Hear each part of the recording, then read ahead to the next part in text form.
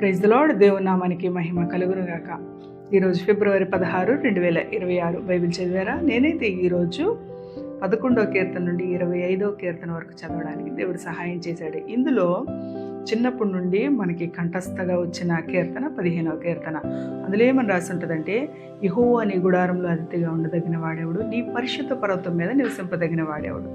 ఎంతమందికి ఇష్టం లేదు దేవుని రాజ్యంలోకి వెళ్ళాలి, ఆయన పరిశుద్ధ పర్వతం మీద మనం కూడా ఉండాలి, మనం కూడా అక్కడ అతిథులుగా ఉండాలి. వావ్, అసలు తలుచుకుంటేనే చాలా ఎగ్జైటింగ్గా ఉంటుంది. వేరే ఎవరైనా అధికారులే మనల్ని వాళ్ళ ఇంటికి గెస్ట్లుగా పిలిస్తే మనం చాలా హ్యాపీ అయిపోయి అందరికీ చెప్పేసుకుంటాం కదా. అదే దేవాది దేవుడే మనల్ని ఒక గెస్ట్ లాగా, ఒక అతిథిలాగా మనల్ని స్వీకరిస్తే మనకి ఎంత ధన్యత. అయితే దీనికి కొన్ని రూల్స్ పెట్టాడు దేవుడు. యథార్థమైన ప్రవర్తన కలిగి నీతిని అనుసరించు హృదయపూర్వకంగా నిజం పలుకువాడే. ఆమేన్. ఎంతమంది ఈరోజు హృదయపూర్వకంగా నిజం పలుకుతున్నాం?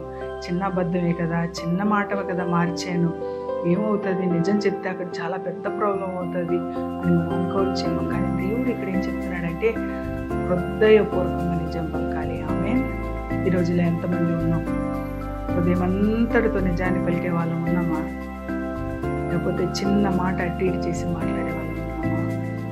ఇంకా చూసుకుంటూ పోతే అతడు నాలుగుతో ఉన్నాడు, తన చిలికానికి కీడు చేయడు, తన పొరుగు వాని మీద అతని దృష్టికి నీచుడు, అసహ్యుడు, ప్రమాణము చేయగా నష్టము కలిగి ఉన్నాడు, తన ద్రవ్యం వడ్డీకి నిరపరాధులను చెరుపుటకే లంచం పుచ్చుకున్నాడు.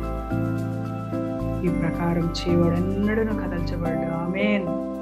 ఈ లిస్ట్ అంతా మనం పాటిస్తే ఖచ్చితంగా దేవుని రాజ్యంలో మనం ఉండే అర్హత మనకి వస్తుంది. దేవుడు ఆ విధంగా మనల్ని అందరినీ సిద్ధపరిచి నడిపించునుగాక. ఆమేన్.